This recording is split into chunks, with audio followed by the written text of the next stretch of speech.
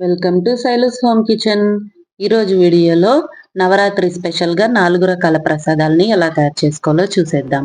ముందుగా కట్టె పొంగల్ని తయారు చేసుకోవడానికి కుక్కర్లో 1 కప్పు బియ్యం, 1 కప్పు పెసరపప్పుని వేసి 2-3 సార్లు బాగా కడిగి 30 నిమిషాలు నానబెట్టుకోవాలి. 30 నిమిషాల తర్వాత నీళ్ళన్నీ వంపేసి 1 కప్పు బియ్యం, 1 కప్పు పెసరపప్పు తీసుకున్నాం కదా, దీనికి 6 కప్పులు నీళ్లు పోసుకోవాలి. కుక్కర్ని స్టవ్ మీద పెట్టి ఇందులో రుచికి సరిపడినంత సాల్ట్ వేసి కుక్కర్ మూత పెట్టి ఫ్లేమ్ని మీడియంలో పెట్టి 3 విజిల్స్ వచ్చేంత వరకు ఉడికించుకోవాలి.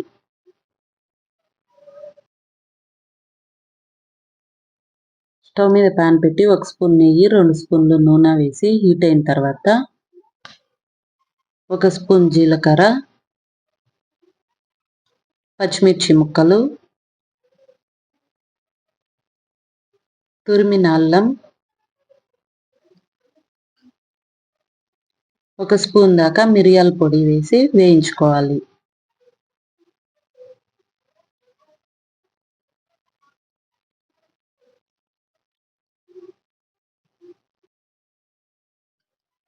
ఇది కాస్త వేగిన తర్వాత జీడిపప్పు వేసి వేయించుకోవాలి.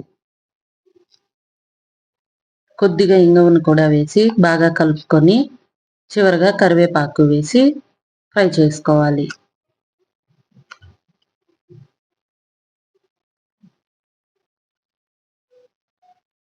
ఇదంతా బాగా వేగిన తర్వాత ముందుగా ఉడికించుకున్న పెసరపప్పు అన్నంని వేసి బాగా కలుపుకోవాలి. పొంగల్ కన్సిస్టెన్సీ ఇంకా లూజ్గా కావాలనుకున్నప్పుడు వేడిగా ఉన్న నీళ్లు వేసి బాగా కలుపుకొని కొద్దిసేపు ఉడికించండి. అంతే, కట్టె పొంగలి రెడీ అయిపోతుంది.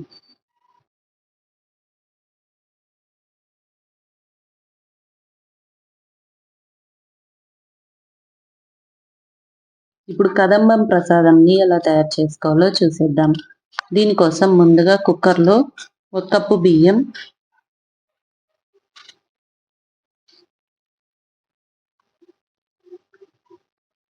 1/4 కప్పు కందిపప్పుని వేసి దీన్ని 2 సార్లు బాగా కడిగి నానబెట్టుకోవాలి.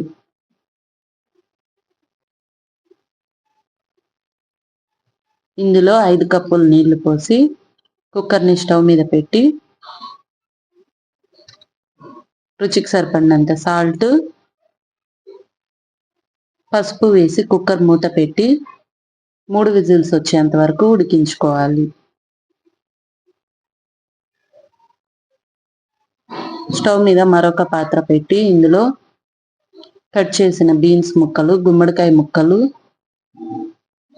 మునక్కాయలు, టమాటా ముక్కలు, క్యారెట్,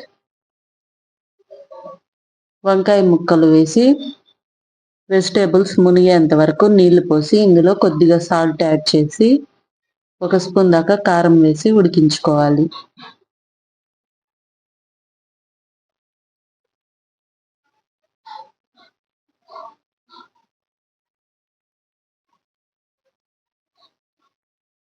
వెజిటేబుల్స్ కాస్త మెత్తబడిన తర్వాత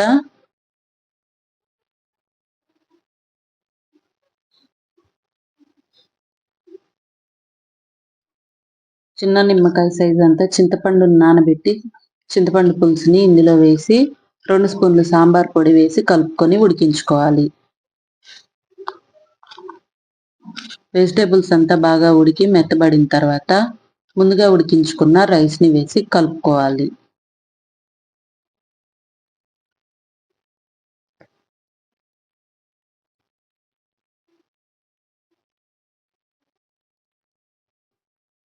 పోపు కోసం నెయ్యి వేసి హీట్ అయిన తర్వాత ఆవాలు, జీలకర్ర వేసి వేగిన తర్వాత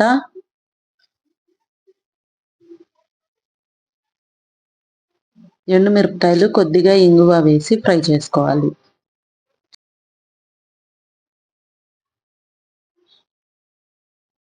కరివేపాకు వేసి బాగా వేయించి స్టవ్ ఆఫ్ చేయాలి.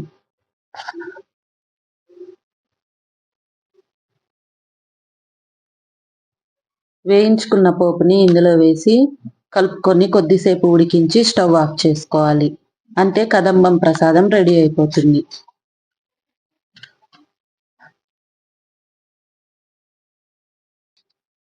ఇప్పుడు దద్దోజనంని తయారు చేసుకుందాం.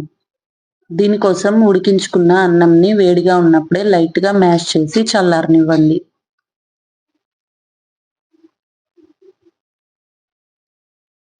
ఇది చల్లారేలోపు స్టవ్ మీద ప్యాన్ పెట్టి నూనె కానీ నెయ్యిని కానీ వేసి హీట్ అయిన తర్వాత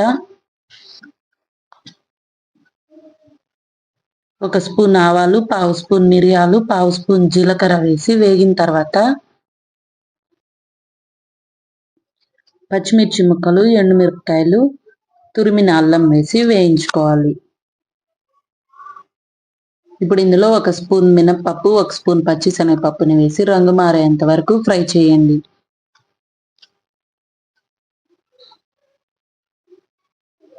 కొద్దిగా ఇంగువని వేసి వేయించి కరివేపాకుని వేసి స్టవ్ ఆఫ్ చేయండి. ఉడికించి చల్లార్చిన అన్నంలో 1 కప్పు ఫ్రెష్ పెరుగుని వేసి ఇందులో కాచి చల్లార్చిన 1 కప్పు పాలు వేసి కలుపుకోవాలి.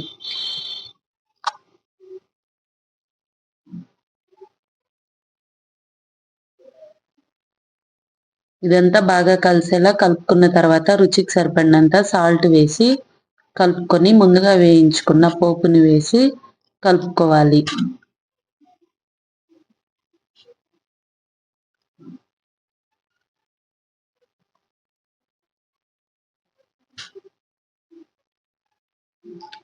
అంతే, ఎంతో టేస్టీగా ఉండే దద్దోజనం రెడీ అయిపోతుంది.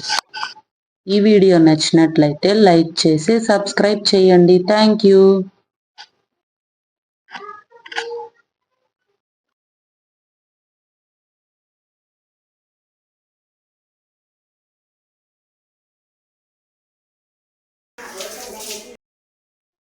అమ్మవారికి ఇష్టమైన అల్లం గారెల్ని ఎలా తయారు చేసుకోవాలో చూసేద్దాం.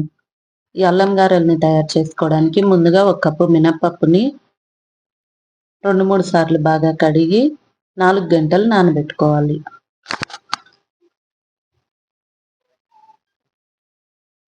బాగా నానిన తర్వాత మిక్సీ జార్లో అల్లం, పచ్చిమిర్చి ముక్కలు వేసి గ్రైండ్ చేసి పేస్ట్ని పక్కన పెట్టుకోండి.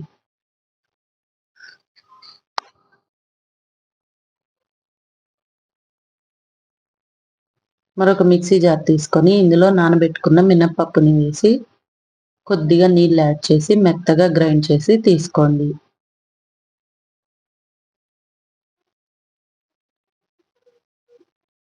పిండిని ఈ విధంగా గ్రైండ్ చేసుకోవాలి. గ్రైండ్ చేసుకున్న ఈ పిండిని మిక్సింగ్ బౌల్లోకి తీసుకొని ఇందులో రుచికి సరిపడినంత సాల్ట్, ముందుగా గ్రైండ్ చేసి పెట్టుకున్న అల్లం, పచ్చిమిర్చి పేస్ట్ని వేసి పిండిని బాగా కలుపుకోవాలి. కంటిన్యూగా 3 నుండి 4 నిమిషాలు కలుపుకొని 10 నిమిషాలు పక్కన పెట్టండి.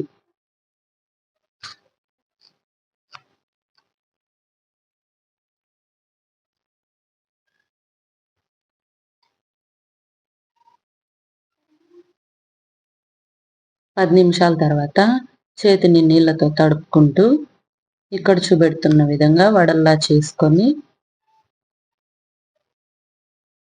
వేడిగా ఉన్న ఆయిల్లో వేసి ఫ్రై చేసుకోవాలి.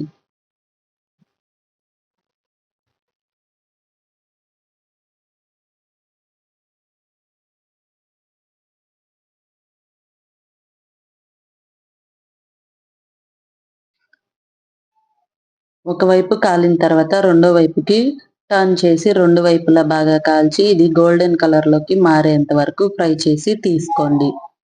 ఈ గారెలు పైన క్రిస్పీగా లోపల సాఫ్ట్గా ఉంటుంది. అంతే, అల్లం గారెలు రెడీ అయిపోతుంది.